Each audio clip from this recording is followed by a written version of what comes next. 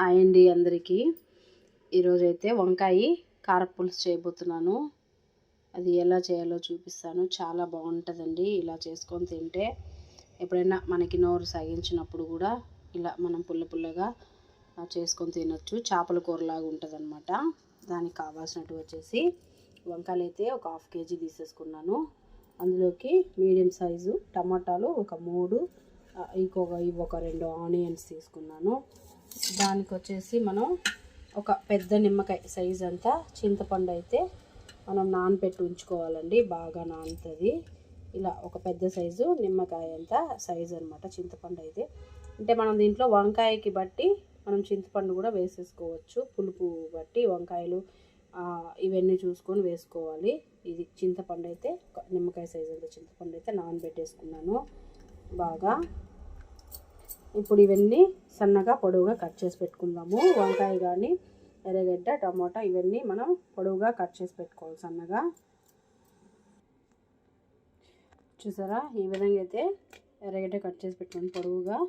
టమాటా చిన్న ముక్కలు, వంకాయలు అయితే ఈ విధంగా మనం పొడవుగా కోసి పెట్టుకోవాలి. ఇంకా దీంట్లోకి వచ్చేసి మనం కొంచెం సాల్ట్ వేసి పెట్టుకున్నామంటే వంకాయ ఏదన్నా చేదు అలా ఉంటే కూడా పోతుందండి. మనం ఇలా వంకాయ కట్ చేసి పెట్టుకున్నప్పుడు ఈ నీళ్ళల్లో కాస్త ఉప్పేసి కట్ చేసుకున్నామంటే వంకాయ అనేది కరుణ అవ్వకుండా, చేదంటారు కదా, అట్లా అవ్వకుండా ఉంటుంది. ఇప్పుడైతే మనం తిరగమర్చి చేసేసుకుందాము. సరే, ఇప్పుడైతే స్టవ్ ఆన్ చేసుకొని బాండలు పెట్టేసుకున్నాను. అందులోకి వచ్చేసి మనం ఒక స్పూన్ అంతా మెంతులు వేయించుకోవాలండి. దోరగా మాడకుండా వేయించుకోవాలి.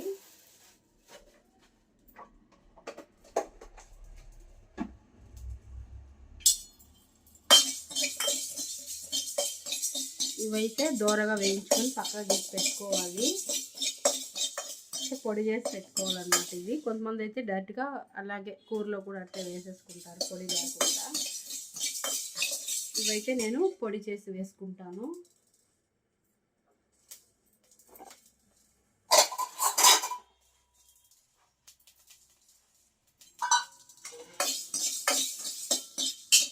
ఈ విధంగా వేయితే సరిపోతుంది. ఇప్పుడు ఇది పక్కన తీసి పెట్టేసుకున్నాము.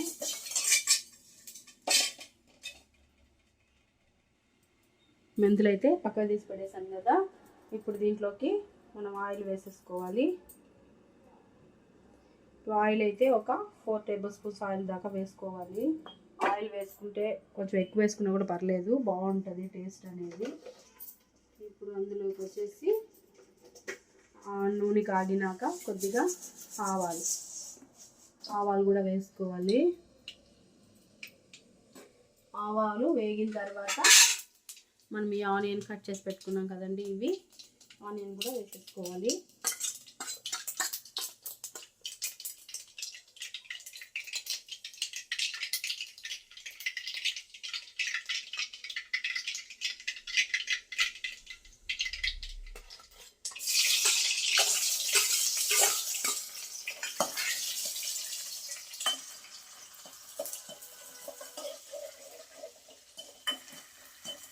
ఇలా ఆనియన్ అయితే మనకి కొంచెం గోల్డ్ కలర్ వచ్చే వరకు వేయించుకోవాలి. అచ్చం మనకైతే ఈ కారపులుసు అనేది, వంకాయ కారపులుసు అనేది మనకి చేపల పులుసు లాగే ఉంటుందండి. మనకు చాలా బాగుంటుంది. రేపటికి ఇంకా బాగుంటుంది అన్నమాట ఈ కూర. టేస్ట్ అయితే సూపర్ ఉంటుంది.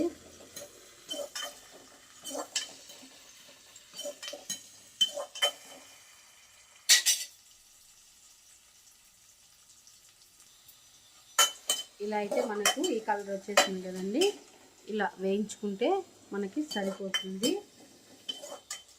ఇందులోకి ఇప్పుడు కట్ చేసి పెట్టుకున్న టమాటా ముక్కలు వేసేసుకున్నాను.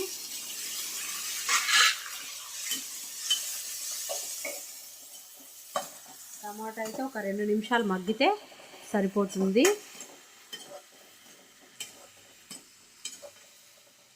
మగ్గిన తర్వాత వంకాయ వేసేసుకోవచ్చు.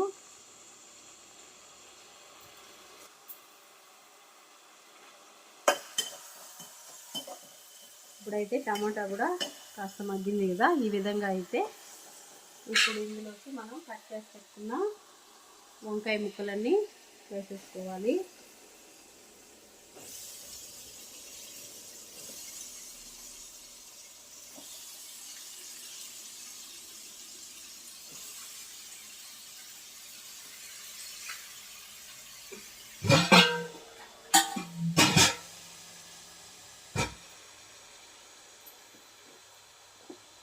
ఇప్పుడు వంకాయ వేసిన తర్వాత మనకు తగినంత సాల్ట్ వేసేసుకోవాలి.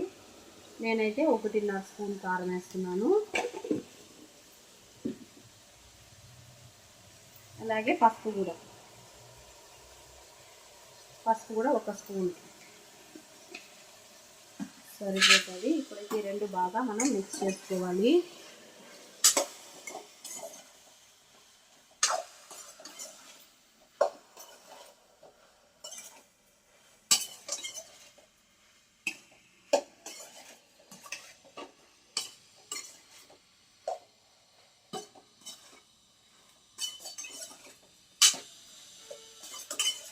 ఇలా ఒకసారి మొత్తం కలిపేసి మూత పెట్టేసుకోవాలి. ఈ వంకాయ అంతా బాగా మగ్గి దీంట్లో నుంచి వాటర్ కూడా వస్తుంది కదా మనకి. ఇలా మొత్తం మగ్గిన తర్వాత మగ్గేలోపు మనం చింతపండు అనేది కలిపి పెట్టుకోవాలి. లోపు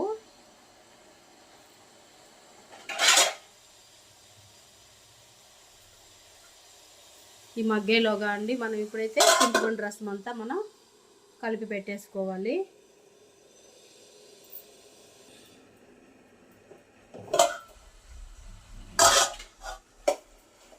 చూసారా ఎలా మగ్గిపోయింది కదా. ఇదంతా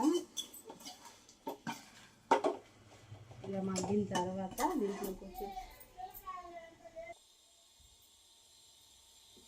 ఇప్పుడైతే దీంట్లో కారము ధనియాల పొడి వేసేసుకుందాము.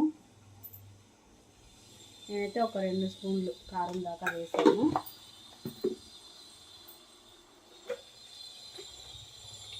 ఇందులోకి ధనియాల పొడి ఒక 2 స్పూన్లు.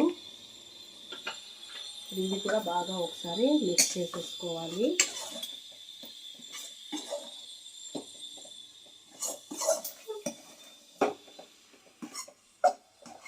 ఇలా ఒకసారి కలుపుకోవాలి మొత్తము.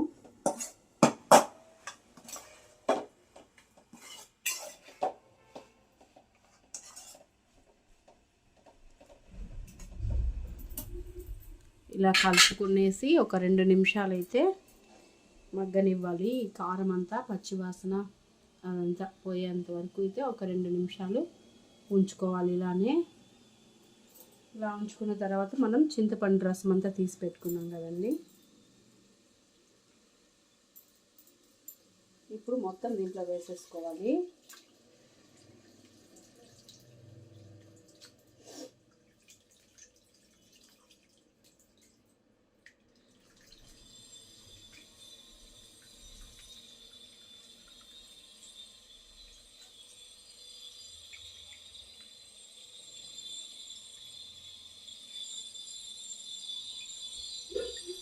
ఇలా పిప్పంతా పడకుండా ఇలా పిండేసుకోవాలి చింతపండు రసం అంతా.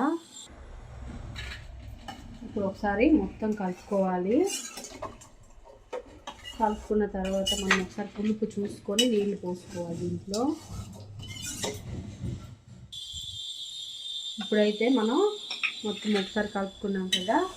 ఇలా కలుపుకున్న తర్వాత మనం దీంట్లో కొంచెం నీళ్ళు పోసేసుకోవాలి. ఎందుకంటే పులుపు ఎక్కువగా ఉంటుంది కాబట్టి మనం వంకాయ కూడా ఉడకాలి, ముద్దగా రావాలి.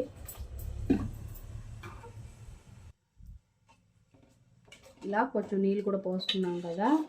ఇప్పుడైతే ఒకసారి ఉప్పు కారం అంతా ఒకసారి చెక్ చేసుకొని ఇంకా ఏదైనా తక్కువ అయితే యాడ్ చేసుకోవచ్చు.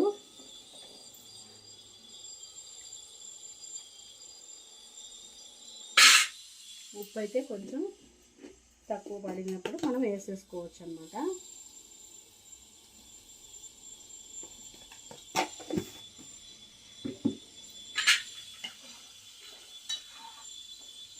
అంతేనండి. ఇప్పుడైతే ఇది ఇంకా కారం అవన్నీ సరిపోయినాయి. ఉప్పు కూడా తక్కువైతే కొంచెం వేసేసాను కదా.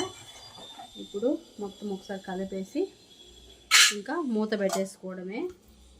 కరెక్ట్గా ఇది ఒక 10 నిమిషాల్లో మనకి కూర అంతా రెడీ అయిపోతుంది.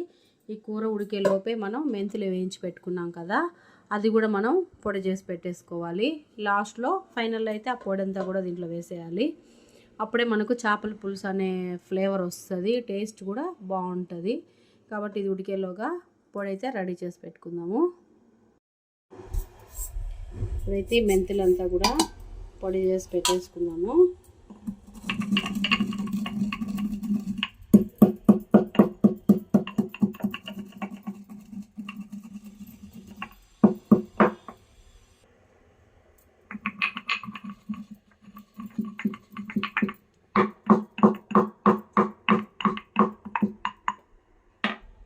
ఇలా అయితే మనం పొడైతే మన మెంతుల పొడి అయితే రెడీ అయిపోయింది. ఇంకా కూర ఉడికాక లాస్ట్లో ఫైనల్గా అయితే ఈ పొడిని మనం వేసేస్తామన్నమాట. మనం చేపల పులుసు కూడా ఇలానే వేసుకుంటామండి, ప్లస్ దీనికి కూడా వేసుకోవాలి. బెండకాయ కారపులుసుకి, వంకాయ కారపులుసుకి ఇవి వేసామంటే మెంతుల పొడి చాలా టేస్ట్ వస్తుంది. కొంతమంది మెంతులే కూడా వేసేసుకుంటారు తిరుగుమతి పెట్టేటప్పుడు, కానీ ఇట్లా పొడి చేసి వేసుకుంటే చాలా బాగుంటుంది.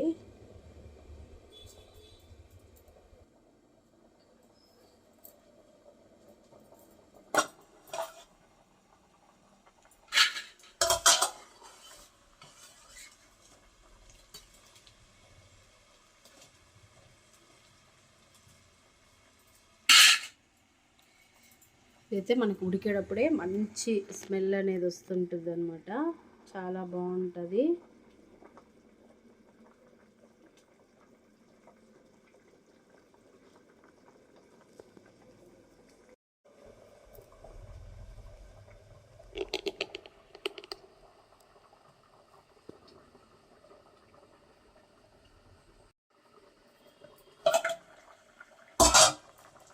ఇప్పుడు వచ్చేసి ఒక 2 రెమ్మలు అయితే కరివేపాకు వేసుకుంటున్నాను.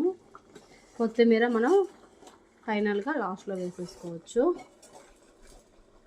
చూసారా కూర కూడా బాగా చిక్కబడుతుంది కదా. కరెక్ట్గా మనకు మొత్తం అండి ఇదైతే 10-15 మినిట్స్లో మనకి కూర అయితే రెడీ అయిపోతుంది. టేస్ట్ కూడా సూపర్గా ఉంటుందండి ఇలా చేసుకుంటే.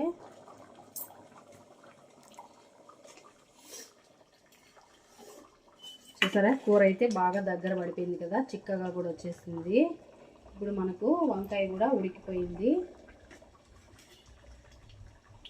అంతేనండి, ఈ విధంగా వంకాయ కూడా ఉడకబెట్టుకోవాలి, మనకి సరిపోతుంది. ఇప్పుడు ఇందులోకి వచ్చేసి కూర అయితే మనకి రెడీ అయిపోయింది కదా. కొత్తిమీర ఇప్పుడు మనం ఫైనల్గా దీంట్లో కొత్తిమీర వేసేసాం కదా.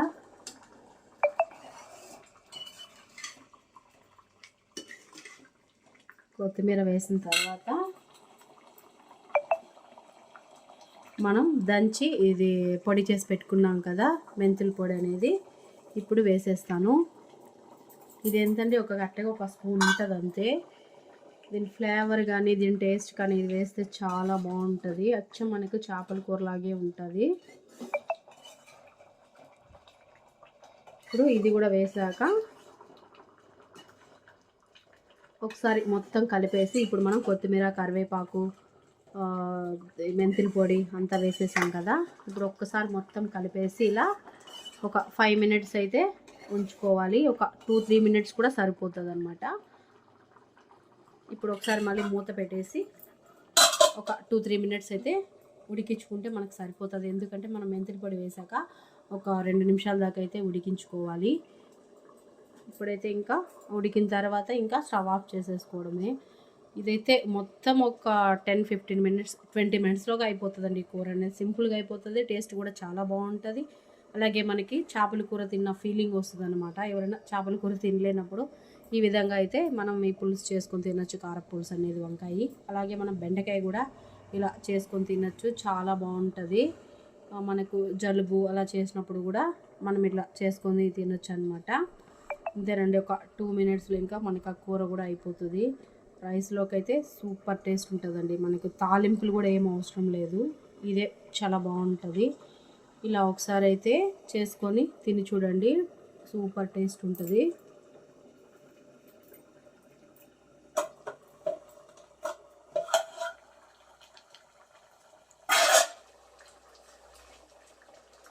స్మెల్ అయితే అద్దరిపోతుందండి. చాలా బాగా వచ్చింది కూర అయితే.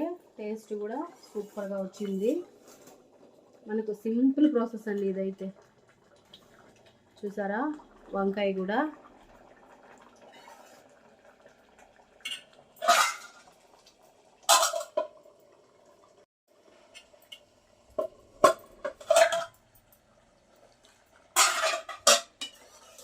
అయితే వంకాయ కూడా నీట్గా ఉడికిపోయింది కదండి. పర్ఫెక్ట్గా వచ్చింది కూర అయితే. మనకి ఎంత చిక్కగా కూడా వచ్చిందో చూడండి కూర. ఇది మనం రేపు కూడా తినచ్చు. రేపటికి ఇంకా చాలా బాగుంటుంది టేస్ట్ అనేది. ఇప్పుడైతే ఇంకా స్టవ్ ఆఫ్ చేసేసుకుంటున్నాను. టేస్ట్ అయితే సూపర్గా వచ్చిందండి కూర. ఈ విధంగా అయితే ఒకసారి చేసుకొని తిని చూడండి. టేస్ట్ అయితే సూపర్గా ఉంటుంది. మనకి ఎప్పుడైనా జలుబు అలా చేసినప్పుడు కూడా మనం ఈ కూర పుల్లగా నోటికి అయితే బాగా సగిసి తింటాం మనము. కాబట్టి ఇదైతే ఇలా అయితే ఒకసారి ట్రై చేసి తిని చూసి ఎలా ఉందో నాకు కామెంట్ చేయండి. చాలా బాగుంటుందండి. నచ్చితే లైక్ చేయండి. అలాగే మన ఛానల్ని సబ్స్క్రైబ్ కూడా చేసుకోండి. ఇదండి ఈరోజుటిదైతే మా వంట, మా లంచ్ అయితే ఇది రైస్ అండ్ వంకాయ కారపులుసు అనమాట.